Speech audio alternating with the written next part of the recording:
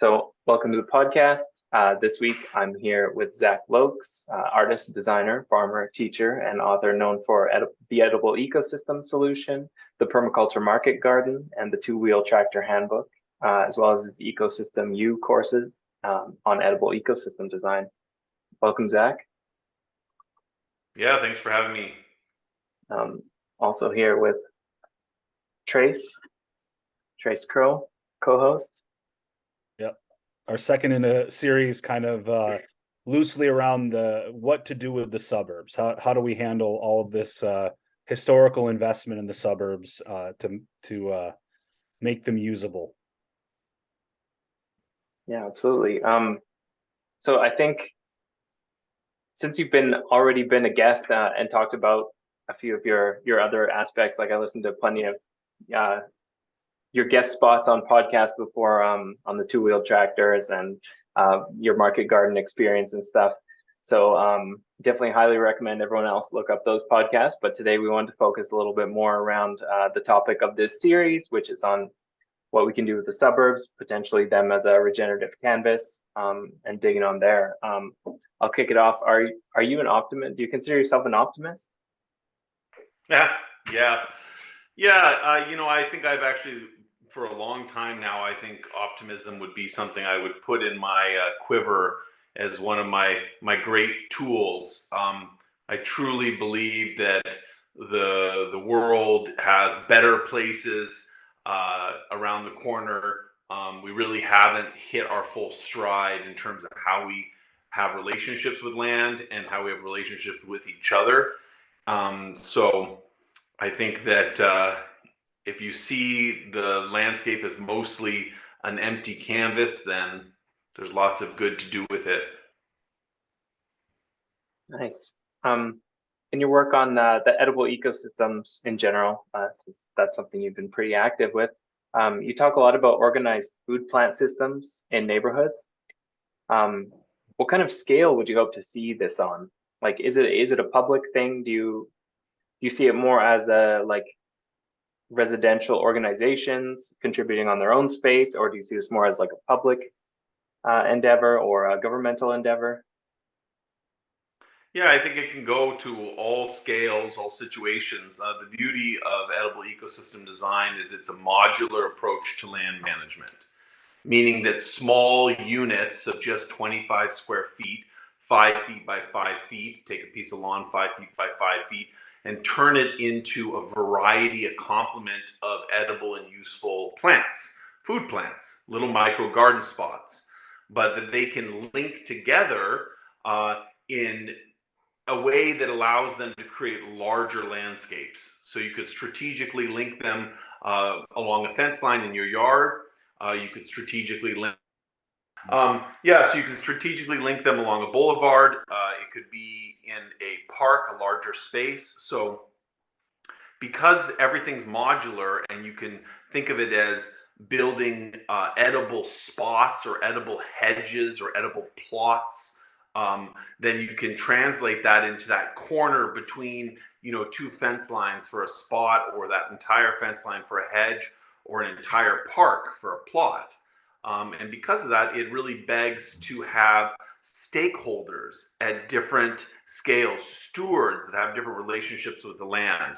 That could be neighbors in a neighborhood that are all putting in spots with trees that cross-pollinate each other. That can be a community garden group that decides to transition an entire community garden to an edible perennial garden system that's much more self-regulating and much more resilient in the long term than annual vegetables that require a lot of annual investment.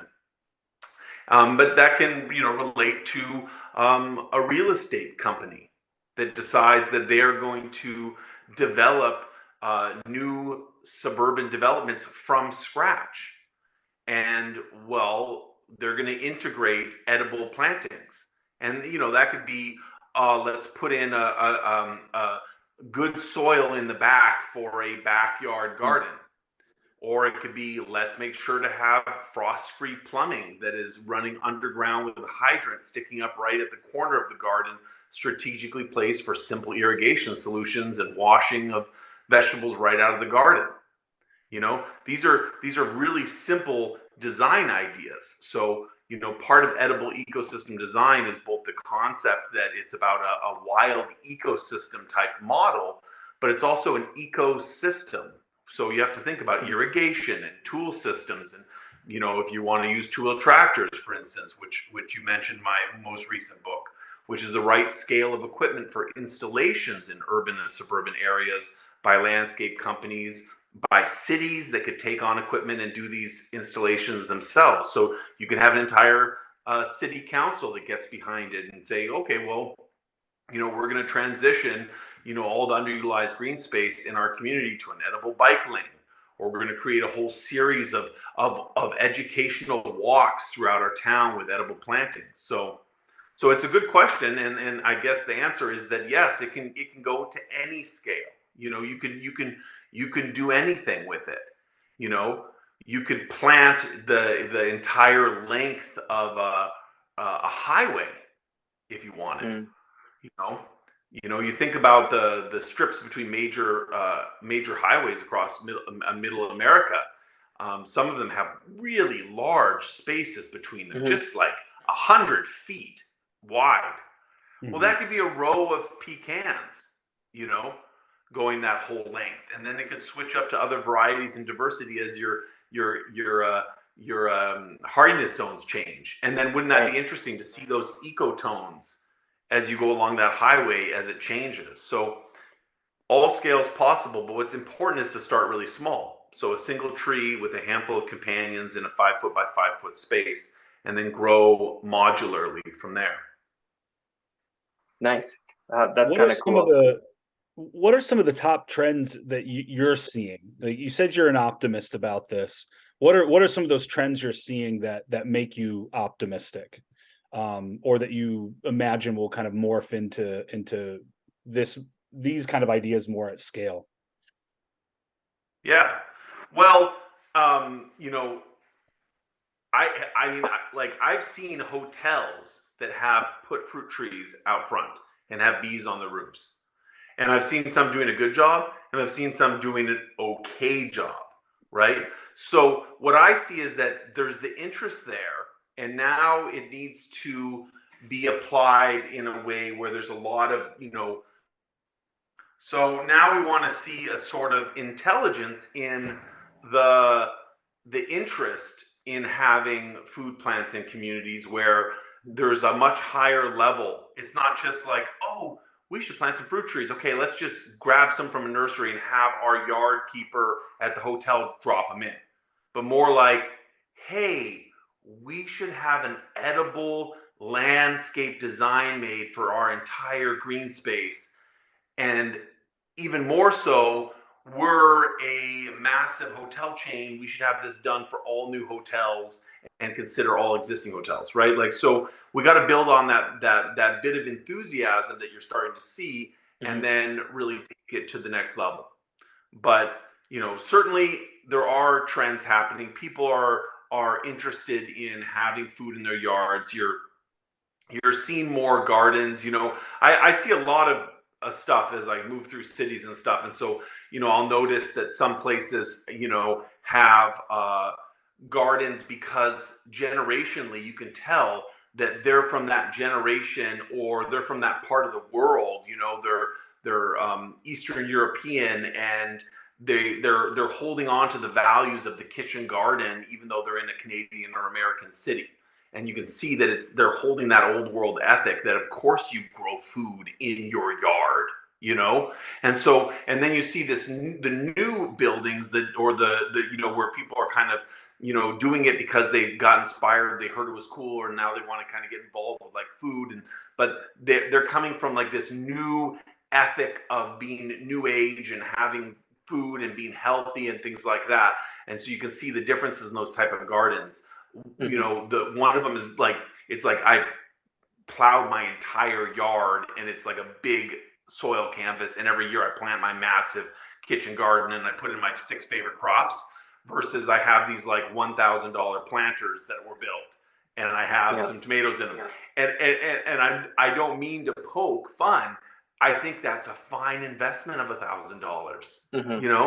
I really do. It's okay. Like, way to spend money on a beautiful food growing system, and great to know that you can do it on less too, right? Yeah. But this is what you see is these sort of things. So overall, what does it mean? People who have traditions of growing food are still holding on to those traditions. And people who don't have traditions of growing food are finding them. Right. Yeah. Yeah. I think that's a super cool outlook going back to what you started on with the hotels. Cause like the, the more we look around, like with that mindset, like there's so much room for this. Absolutely everywhere. Like you said, even the highway strips. There's actually one large freeway up north of Montreal, and they hay it in the middle, which is pretty funny to see. I've seen them out there with the tractor and everything. But at least they're doing something. Hmm. So one of the common critiques of a lot of these things is like when you start talking about introducing foodscaping and like ecological edible landscaping into cities is people complain about the mess and stuff like that. I know, like we know that's not an issue, but like um do you ever have to like mitigate those types of things when talking to people about this? Oh yeah, all the time. Yeah. I think one of my YouTube videos, I sort of did something where I was like, all right, I was like walking through the street somewhere. I was like, all right, let's get this out of the way. Here are all the things that people are going to say for why we shouldn't grow food in cities. Here they Hmm. are. Let's knock them off, right? And one of them is the mess. So people say, oh, the fruit will fall on the ground. It'll be a mess. It'll be sticky. It'll attract wasps. There'll be mess. There'll be this. There'll be that. And the number one thing I have to say about that is, if you pick fruit, it's not on the ground. So if you don't utilize something, it's not on the ground. It is a funny sort of ignorance to pretend that, for instance, in the city of Winnipeg, all the elm trees are not creating a mess every year. One of the Sure. main things that people talk about with growing food in city, fruit in particular, perennial fruits and stuff in cities, is that there's going to be a mess. And right off the bat, I like to think, well, there's already a mess. Like, the elm trees in Winnipeg are already producing a mess, in quotes, right? You can't have the benefits of ecological systems without the so-called mess. But Hmm. this is a mess we would rather live with. Yeah. That's why, for instance, thousands and thousands and thousands of elm trees were planted across the city of Winnipeg, and millions of them have been planted across cities all over North America. And trees are a big part of city planning and have been for the past 100+ years, Hmm. because we want to have the benefits of shade, right? And you couldn't imagine living in a city without its shade trees. Well, if you lived in an old growth fruit forest city right now, you wouldn't be able to imagine living without it. You Hmm. would think I was bat, manure crazy. Hmm. you know? So it's like, which is guano. Hmm. So you'd think I was crazy to Hmm. say that. So these things come with their so-called mess, but they're only a Hmm. mess if you don't apply the technology to it. So then the second part of this statement is, in what world where we've been to the moon, where we're planning to go to Mars, are we not able to apply simple technique and technology and species selection to maximize harvest of city fruits and minimize waste and mess? Hmm. In what world are there not people already employed in cities doing all sorts of jobs? Yeah. You know, if we create a holistic plan for our cities, what we're going to do is end up with more green jobs and more yield from the city, more overall ecosystem services, right? Ecosystem services in the case of a tree being fresh oxygen, reduction of pollution, reduction of stormwater surges, reduction of the urban heat island, and oh yes, production of fruit, berries, nuts, herbs, and everything else good under the sun that you can eat. So there is no mess unless you forget to pick it and enjoy it. And if we do, we've got a misstep in terms of how we're managing our Hmm. land. And the third part to this, there is a third part. The third part is if we plant things and they're messy and then they're in our face and then they tell us, hey, why aren't we making use of this? You know, why aren't we? So people will also say, oh well, what about eating fruits from city streets or things where the smog isn't polluted? Like, do you not want to eat it? And I'm like, what a great predicament to be in. To be concerned about how much smog is on your neighborhood street because of your fruit. Mhm. That is allowing the fruit to lead the conversation Mm, instead of allowing the exhaust to lead the right. conversation. That's what we want. Plant it, and then we will continue to We'll build the mitigate. solutions for what we want. Nice. Nice. Well put. Well put. I can already think of a few examples like again, like if you build it, they will come. Like Vancouver, completely overgrown with Himalayan blackberries, right? Um, Mhm. it's a super invasive, um, growing on cedars like 50 feet tall, but you better believe every summer they're picking, there's people out there with buckets and buckets of them. All right. So Zach, you've done a bit of traveling, I believe, in your life. I heard on some of your other podcasts. Um, Yeah. are, are there any places in the world that you think are doing like foodscaping well, or that are patterns we should be looking to, when it comes to management and design? You know, what I find is that, well, in Europe, they have a lot of gardening going on in communities. Like, the model in Europe is less of a suburban sprawl and more of like you have a town and then, there's another town and they're all really close together. Like if you're driving along in the hills in France or Italy or someplace, like you just see towns all over, right? You can see them, they're here, here, here. And everybody has their homes around the town and they all have big gardens and orchards in them for the most part, right?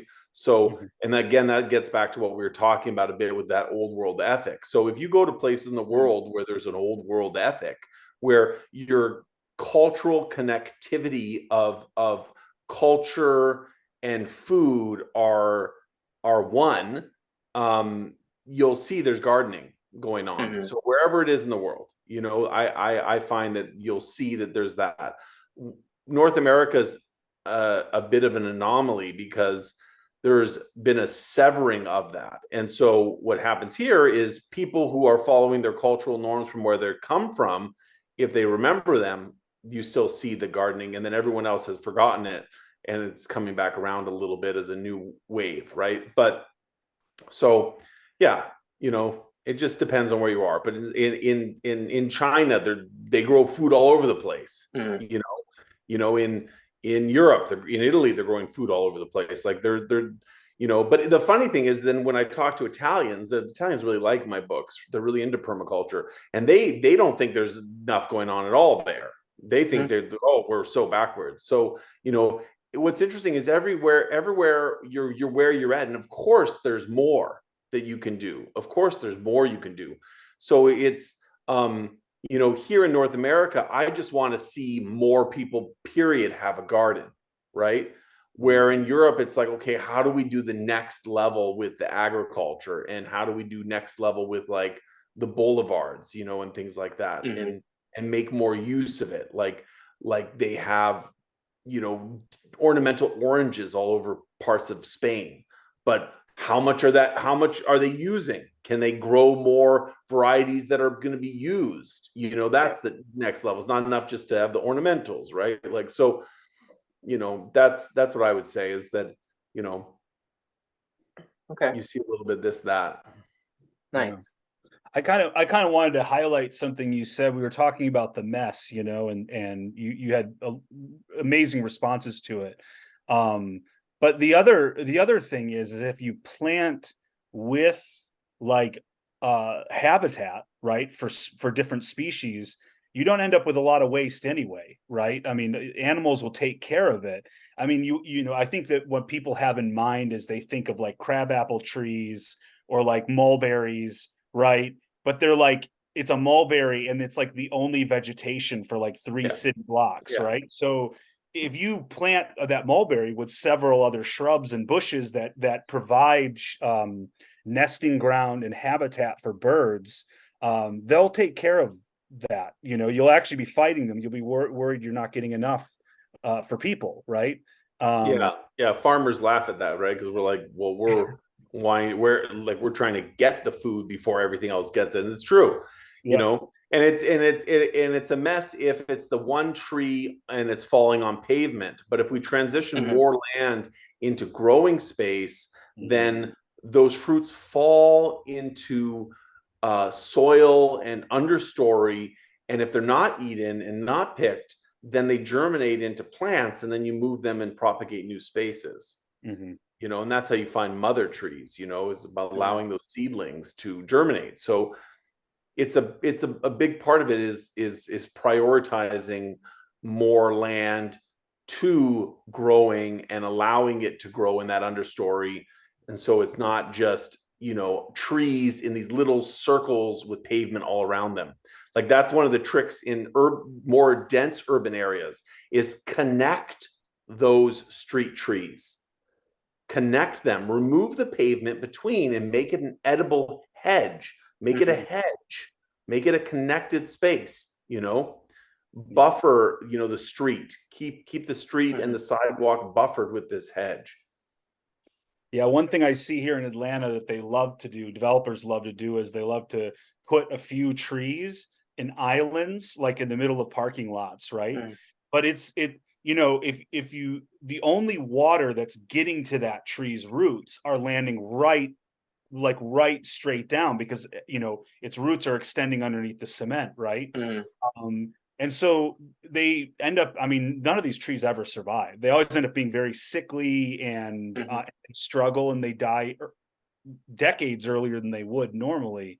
And it seems to me, I bring that up because it seems to me that there is functionally a misunderstanding or a lack of understanding about just basic ecology, right? And the way, like in biology, like how plants and animals like live, right, and survive. Because that's not a hard design. That's not a hard thing to design around, right? Like Mhm. in some cases, just don't put a tree there, put shrubs and bushes Hmm. and things that are going to be maybe more shallow rooted. But in others, it's just simply like change slightly to the design of the bed around the Mhm. tree, right? Mhm. And maybe you're sacrificing a parking spot, but probably you're not. Like, probably in the end, you could design it like, where you're not sacrificing a parking spot.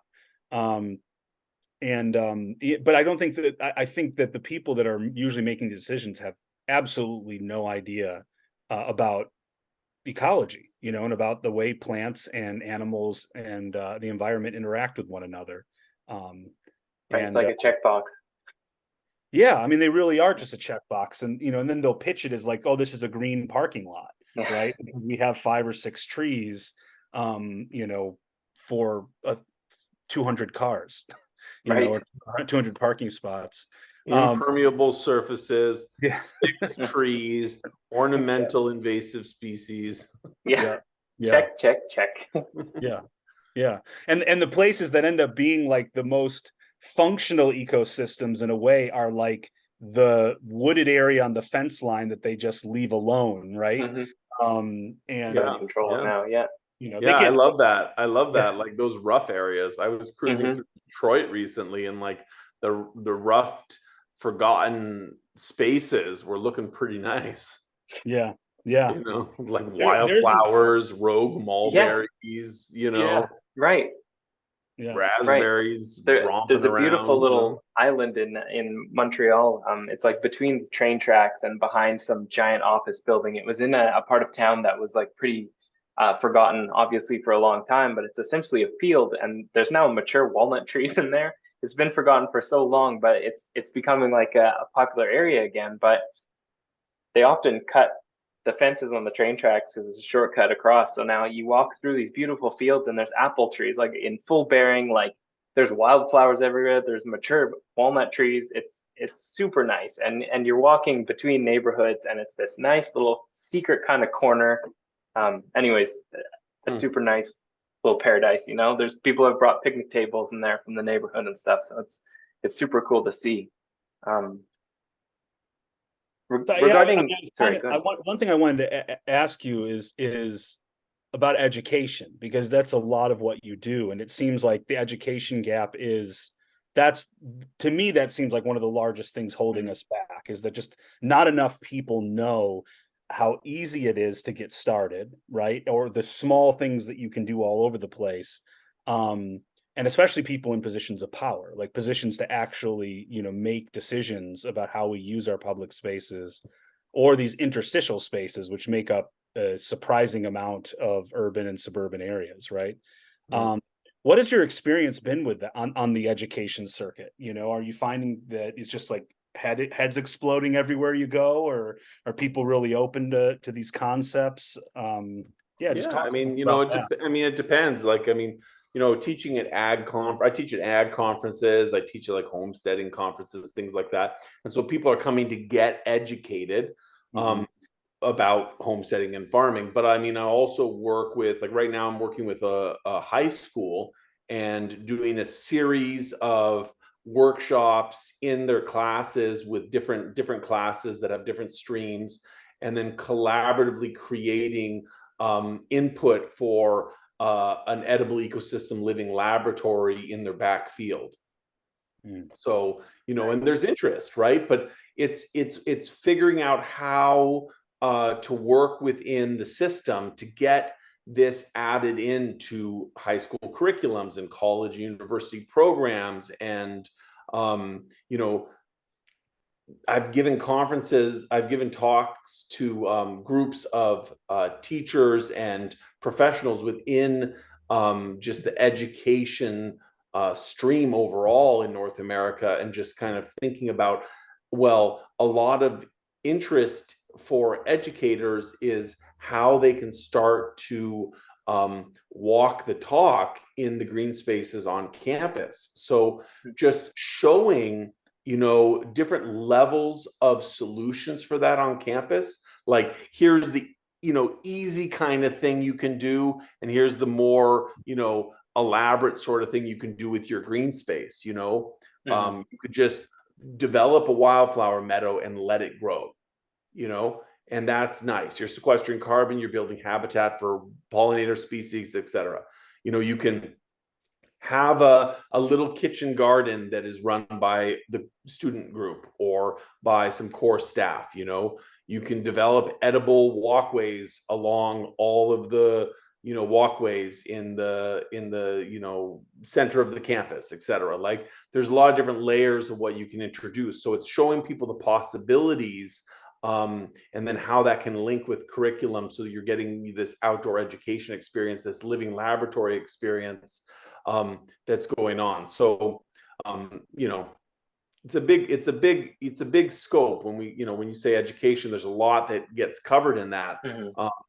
But on the simplest level, you're right when you said that, people don't always realize how simple it is to get started. So, I do think it's important, whether you're talking about, education in terms of teaching individuals how to grow food, or education in terms of changing the educational infrastructure at schools and universities, that you show the simplest solution first and then you build up from there. So, hey, plant a tree, Mhm. plant a tree, dedicate it to the student union or something of that year, and plant a mulberry tree or something like that. And um, get going. And I always recommend, like, start with the stuff that's easy too, right? If you're a designer or whatever, like, I live in the Northeast. I never tell anyone to grow an apple, you know, like, nah, there's apples everywhere, and there's a million diseases that attack apples because they've been around since I don't know when, Adam and Eve, right? So it's like, no. So let's take something a little more interesting and, like, not as disease prone, for people who are just getting into it. you know get them excited, have success. Try an autumn olive, try a mulberry, try a choke cherry. Like, I get buckets of choke cherries, and they're so easy, and it's just like choke cherries, everywhere. And raspberries, grow some raspberries, easy. You already know them and you love them, and they're, so learn what is, like, every designer or every educator or every individual that's trying to inspire change in their area should Mhm. create a short list of plants that they know in their area are pretty darn easy to grow. And then they should just walk around the streets all day long being like, you should plant this. You should plant this. Next year, plant this. You won't regret it, you know? So Nice. I've been following along with your Walk Across Ware project and the Walk Across Winnipeg project. I think that's super cool as like a sort of ecology and botany nerd myself. I'm always like, ooh, what's that? So identifying all these things. My family hates walking with me because I'm just like inspecting every little thing. But yeah. what are your most interesting findings on this? Like, are you finding that there's like, is there a capacity for wild, like, is there more wild food out there than we're expecting or than it's guess, interesting. I mean, just to update everyone, so the Walk Across Ware campaign is essentially I do these impromptu walks across cities or neighborhoods, and I'm just looking at what's going on. So I'm taking a bit of a census in terms of what is currently being grown in yards and in the city overall, and what potential is there. So I'm trying to look at the underutilized landscape. And so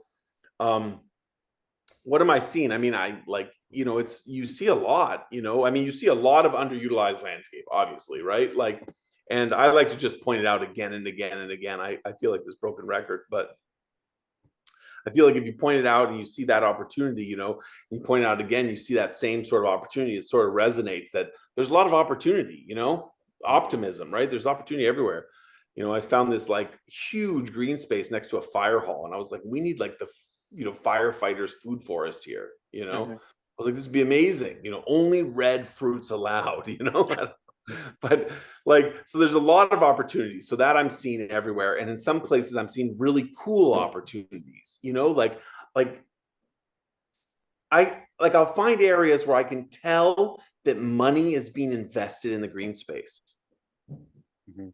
but they're not doing anything interesting with it. So I like to see that.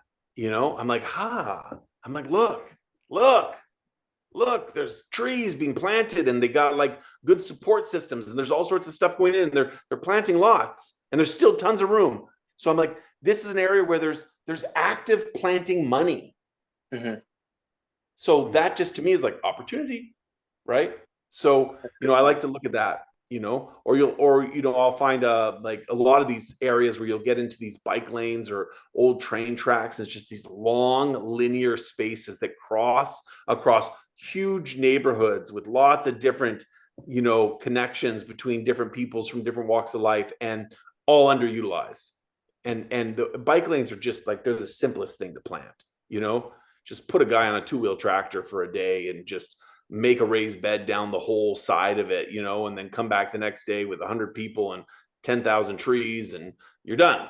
Like, throw some rodent guards in there, a couple support stakes, and hook up some water, right? I guess, but it's straightforward compared to planting a large park, or compared to planting multiple yard units. Like, bike lanes are the low-hanging fruit, pun intended, of transitioning urban communities, suburban communities to edible biodiversity benefits. They really are. So I'm always looking at bike lanes and taking pictures and videos of that sort of thing. So, but then I also see a lot of cool stuff. So people, be encouraged. Like, there's people doing ecological badassery all over the place, like there are earth warriors all over the place transitioning their yards and planting. I mean, and they look like everybody. That's what I love. Like, one of them's 23 and he's like, what up? Look at my raspberry hedge and my espaliered pear and my hardy kiwi, trellis with my water system, right? And the other person's like 53 and she's like a school teacher, and she's like, yeah, I just started planting this garden on the other side of this bike lane across from my house. It's not really my land, but I mentioned it to the people and they were like, yeah, sure, you could do that. And so I just keep doing it. And I'm like, you're like guerrilla gardening. Like, that's awesome.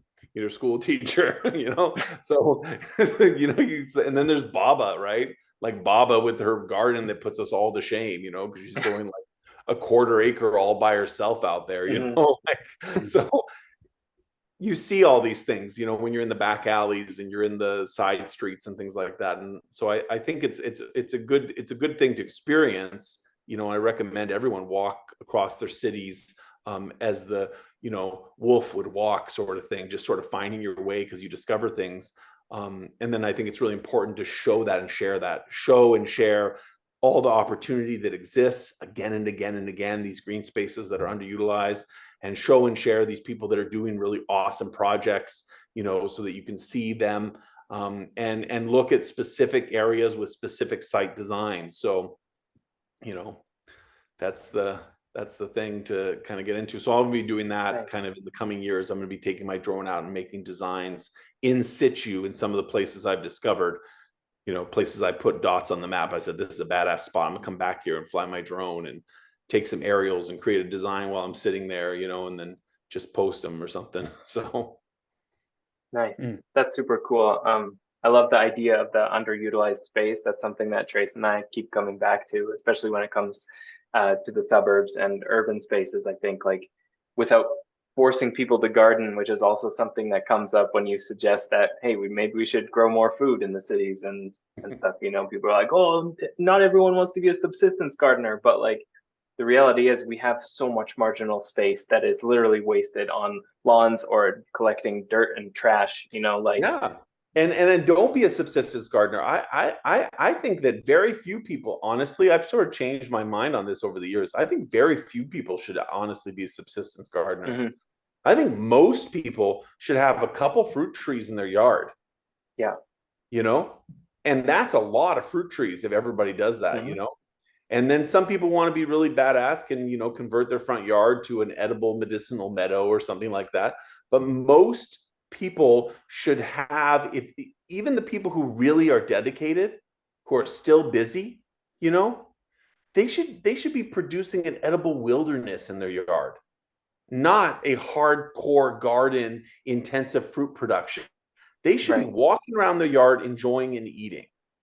And then we should have systematic permaculture market gardens in our large green spaces in cities, period.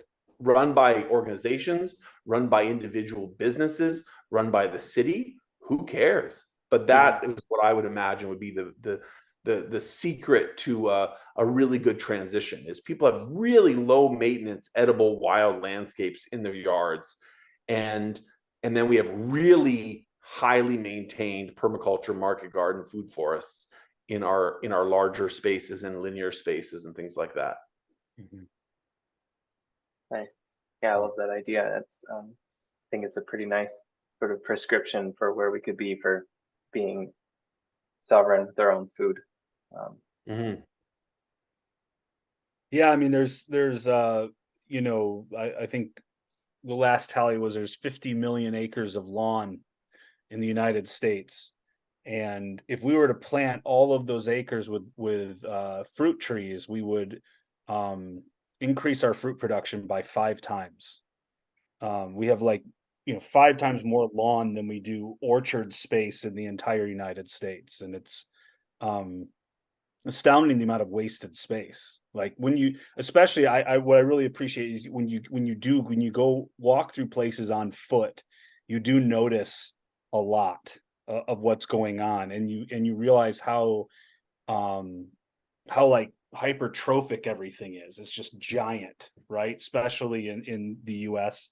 Um, and we just they're just huge swaths of space that's just not Oh used, yeah. and it's not being used for anything. And we're spending the worst is we're spending money on maintaining it.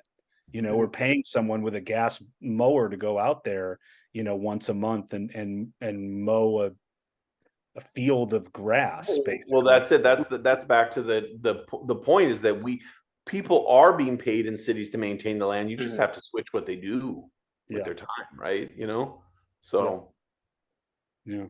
Right. And I guess eventually the idea is that fruit trees are much lower maintenance anyways. If you have fruit trees underplanted with some flowers and whatnot, that's less lawn, that's less fertilizers to throw around.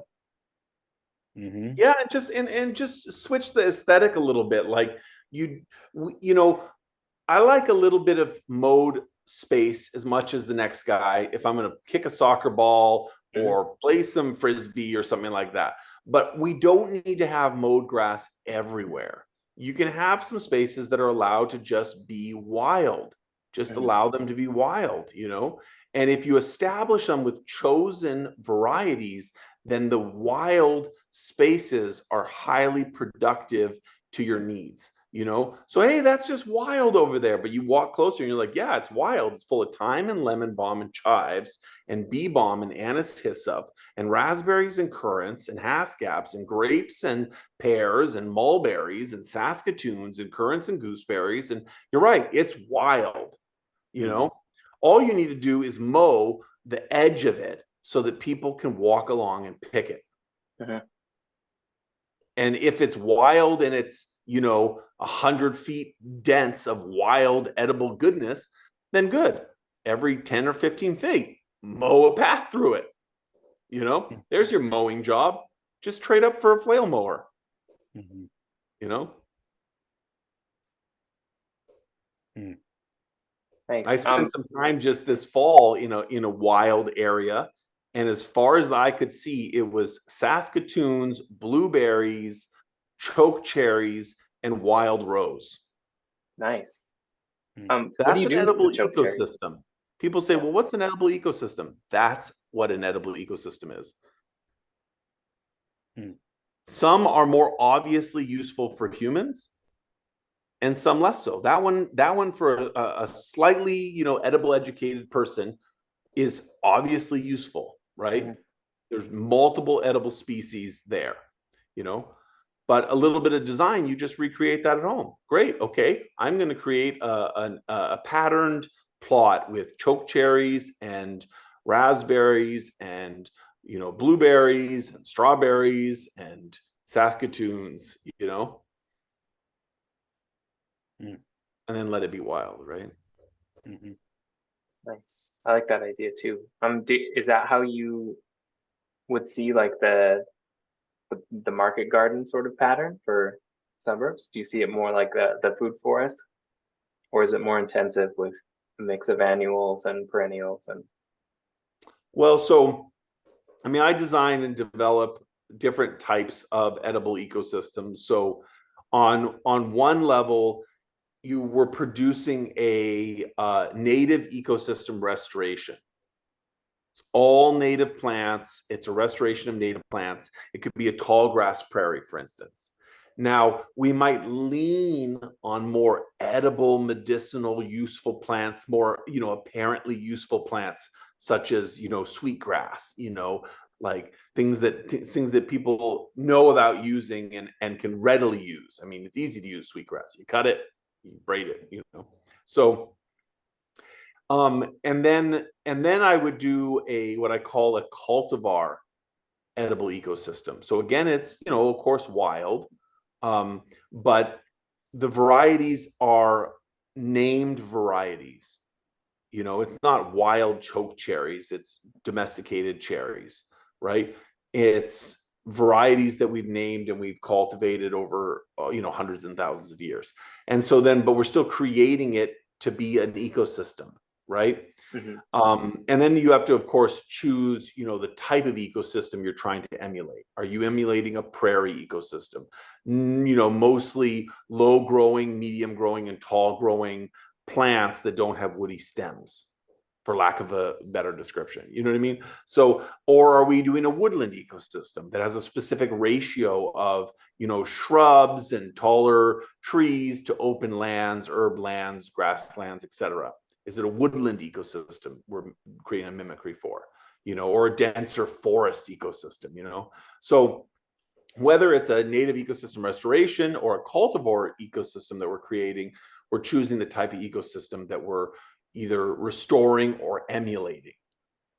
And then the last one is a really organized, and, you know, you could call it the permaculture market garden, but it would be like what I wrote about in my first book, which is a really organized integration of annuals and perennials. And in this case, the annuals are grown in guilds, but you're running it more commercially. So yes, things are going wild and they are, propagating themselves and things like that, but you're going in there and you're creating micro disturbances and managing and manipulating the process in order to achieve very, very specific goals for production, right? And so you could do this with native ecosystem plants, or you could do it with cultivar plants. You could do it with both, right? So regardless, I systematically am always creating highly organized beginnings to the planting. The designs are organized. They're in permabeds, or they're in, rows that are planted and patterned specifically based on, the characteristics of the soil and the moisture regime and the microtopography, et cetera. So, but it's very, very organized, and then we let it go wild.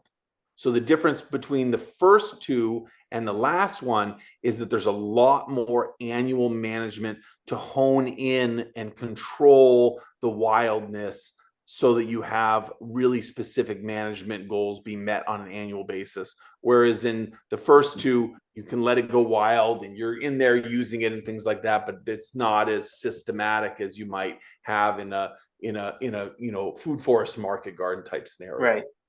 Yeah. Okay. Would you see that last one as successing onto something else eventually, more wild, or is that just always going to be maintained? No, it can. Yeah, I mean, it can. I mean, the last one is what I do, right? Mm-hmm.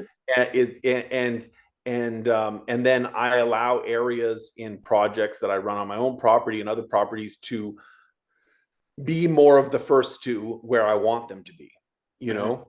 So, but I'm increasingly aiming towards the middle one, and the first two, but really the middle one, where it's really allowed to go wild, but the intention and the design is so specific. Like imagine a woodland edible hedges that are kind of producing, and they have fruits and currants and nut trees, pecans and elderberries and et cetera, all growing, and then in between those hedges you have meadowlands that are growing, but they're really specifically designed.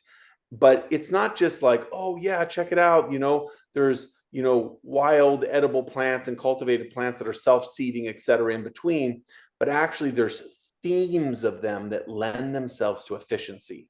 Like, what about a meadow where it's all perennial and biannual roots that require a certain type of harvest? So you can go in there with a commercial type setup and harvest them, but they're a self-perpetuating meadow, but they're roots, right? Or this one has all different types of leafy greens, and there's maybe some other things in there, but for the most part, you could go in there with a commercial greens harvester. Like, I don't know if you've seen some of these, like, battery operated, greens harvesters with a drill or something like that. You can go in there and harvest your greens.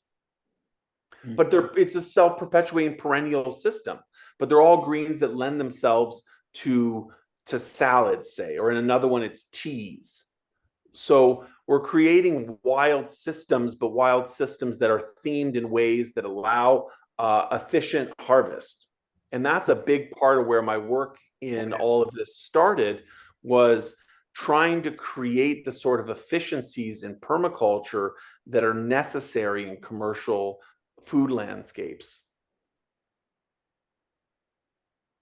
Nice. I really like that idea too. I feel like that lends to a transition from sort of the current industrialized food system to something that's much more sustainable, realistic, and localized. Exactly. Yeah. Yeah, so Cool. it seems like you kind of bring it around full circle to the idea of, like, what do we do with the suburbs in particular? It seems like your first prescription is just start planting things, right? Like, I mean, essentially we have, I think in the suburbs we have there's a lot of raw good there, in that there's a lot of land, right? Oh, And yeah. essentially the houses are already set up like little like villas, right, with land around them. Yeah. And so you can start to just create, 3 or 4 neighbors in a line are doing some fruit trees, and they're doing different fruit trees, whether it's coordinated or not. but they're doing different fruit trees. That's a small step that can be a huge gain for the community down the road. Start planting things, but also one of the things that suburbs have is people. Mm-hmm. Yeah. And land needs people. So it's one of the issues with the rural area is there's lots of land, no people. Mm-hmm. Urban area, no land, too many people. Suburbs, as much as they got a bad rap, in the 90s, actually have a great ratio of land and people. So there's the potential to produce highly diversified, intensive operations because there are the people to do the work.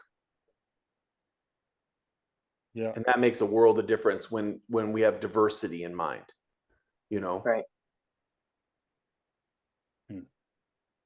But yeah, what's the, as you say, the prescription for the, the suburbs, it's more like a subscription. It's time to, get on board and, pay your dues with a bit of sweat, but what's the plan?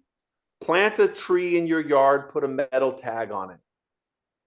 Plant a tree with knowledge behind it. Ask for recommendations. Find a site suitable tree. Find the greatest tree, plant it, love it, laser metal etched tag on it. Let it grow, love it. Throw some companions in around it. Put some chives, mix in a current near it, have some buffer around it, nurture it. Connect it along your entire property frontage as an edible hedge. Repeating patterns of a few great perennials. Encourage your neighbors. Offer them to try, to smell, to enjoy. Share some jam. Give them a cutting. Get them to do the same thing. Create that transition and just do a great job with what you're doing. Go to your local farmers market, support your local growers so that you're making sure that the land around you stays in farm and transitions towards diversified orchards and diversified market gardens and diversified small grains. Continue to nurture your trees. Continue to play with different spots. Try something in your backyard now. Little bit every year. Don't overwhelm yourself. Ask for more recommendations. Go help your neighbor put a tree in. Enjoy and relish the transition of your neighborhood as you see, like, it's your land too. A cherry tree successfully growing in your neighbor's yard is a cherry tree you get to drive by in full blossom every day. Enjoy that and watch that transition little by little. Look for opportunities to get involved with larger space transition by finding a designer and bringing them in, finding the funds and making it available for the project, reaching out to a counselor, getting something happening, helping make that link, and then sit back and say, damn, I helped get that big piece of land in the park, that hedge along the ball diamond, that bike lane going. Wow. 15 years in, you do that, you're my fucking hero. That's how you make it. That's how you change it, little by little. Mm-hmm. Yeah, and it seems that I think that COVID, well, it changed virtually everything, but certainly on the front of reconnecting to the earth, I think it forced a lot of people to slow down and like actually pay attention to where they lived and what was going on. And I think I heard a statistic that was like millennials had like a 67% year over year growth in gardening, interest in gardening between 2019 and 2020. We got to keep that momentum going. I mean, you can kind of tell online, right? Like when you go to Instagram, how many garden influencers there are now. Like that's like a legitimate like space now. That's not like fringe. It's like a lot of people with a lot of followers are making decent money talking about gardening and ways to do it better. And I think that, harnessing that momentum, I mean, one thing I can say is that I've been in the process over the last couple of years of transitioning I have about 0.8 acres, and I'm transitioning it all to like pollinator habitat, and fruit trees, and shrubs. And, You're my just fucking hero. I mean, just doing it out loud. Like, I'm doing it out loud. I'm doing it right in the front yard, making all my mistakes for all my That's important, actually. I always say plant your front yard first. Yeah. Yeah. Like, And get it out there. yeah. And it's been And then amazing. you can Like, stoop it. Who doesn't want to sit in their stoop and watch people walk by, wonder what the hell's going on, and then see the transition over 6 years from what the hell's going on there to holy cow. Yeah. Yeah, that's what's going on. That's what's going on. Yeah. And it's shown me how many people are like closet interested in it, right? Like, I mean, I've had 3 different neighbors give me plants because they now know, like, this is somewhere that a plant's going to get planted, right? Because it's like a Willy Wonka's chocolate factory. I'll plant anything once, and so, yeah, I mean, it's a cool little like back and forth that gets started, when people realize like there's someone kind of, all it really took was just one person to kind of have the guts to do it out front, and now people in general are starting to be much more open-minded about it. There's a couple other younger neighbors about my age, a little bit younger, who have also started to do, you know, pretty large scale pollinator plantings in their front yard. Nice. It makes walking through the neighborhood 1,000 times nicer. Yeah. Yeah. Just like walking in a street with with no sidewalk, and it's just like it's you on the cement and like 100 yards of lawn in every direction. Like now you have more stuff to do and see. That's cool. Yeah, places that are doing that transition really are beautiful. There's some areas in Portland and stuff where there's really no median. There's just so many flowers and herbs and stuff growing, and it's really quite nice to be in places like that. In the north, everything's so slow, so we like painstakingly wait. But there's places where all you have to do is have like a couple of years of the idea, and all of a sudden it looks amazing. It's like yeah, we are pretty fortunate down here in Atlanta, having such a long growing season. You guys spit out a pit and it grows. Yeah, exactly.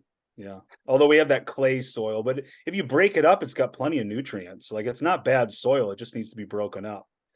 And amended a little bit. But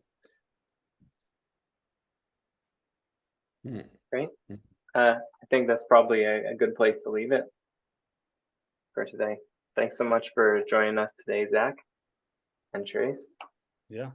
Good luck on your tour, man. Where are you going? Now I'm going to be going down the West Coast. So I'll be doing a drive from Winnipeg across over to Vancouver and then cruising down the whole coast.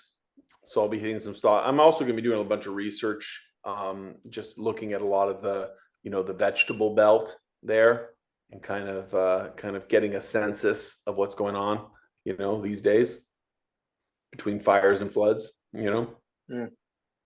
Yeah.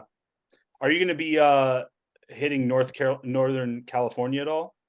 Yeah. Should stop by Posterity Cider Works. All right. Someone in the Doomer Optimism circle makes badass cider in Northern California. I don't know where exactly. Do you happen to know, Simon, where he is? I'm not sure. Yeah, but it's called Posterity Cider Works. Yeah, I'll pop it into Google, check it out. Yeah. No, I'm always looking for places to visit, and half the time, like, I've sometimes have places on my go, but I'll be one place and I'll be like, hey, what's down the road? Yeah.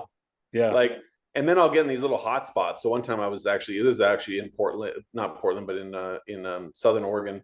And I ended up, I hardly moved for like 4 days because it was just like there was so many cool things to see, but it's it's a bit of an adventure. But you see the areas where people are clustering and sharing ideas, and that's neat to see like that. that way you kind of, oh, well, oh, you definitely got to see this person's startup. Oh man, you know, and so you see how they're sharing ideas, you know, and you can eventually trace back kind of like the original seed that was planted or something, you know. So Yeah. that's always fun. Yeah. But Right yeah. on. So where can people, you know, find out more about you, like buy your books or take some of your courses? Where's a good place for them to go? For sure. Well, you know, for books, I always say just pop into your local bookstore and, you know, order from them, because you're doing two good services. You're ordering a great book for yourself, and you're helping support the small little bookstore that, you know, you can get the book through. So that's awesome. And I'm always happy to sell a book. And if you want to get it from me, you can. So you can order from me. But I usually say get it from the bookstore is the best thing. When I'm doing my book launch for a new book, you can order through me. I do a bunch of hand illustrated signatures and stuff on them. Otherwise, ecosystem letter U for university.com. I've got an edible property design course that's spectacular. It's 18 modules, and it runs through everything that you would need to know to go about transitioning a property to edible ecosystems, gardens, fruits, etc. And so it's pretty systematic, and there's, you know, recorded lectures and all sorts of stuff there. And when you're signed up, when it is a period that we're running it live, then you can also access fresh live lectures through that. But you can access the course as long as you need. So yeah, that's a good spot. And otherwise, I'll, you know, if you go to zachloeks.com, you kind of see where I am. When I start my conference tour, I'll be kicking off. I'll be in Pennsylvania at the PASA conference. So that's a good spot for folks to kind of get started. Right on. Nice. Yeah. Well, thank Thanks you for so having much. me out, guys. Yeah. Pleasure.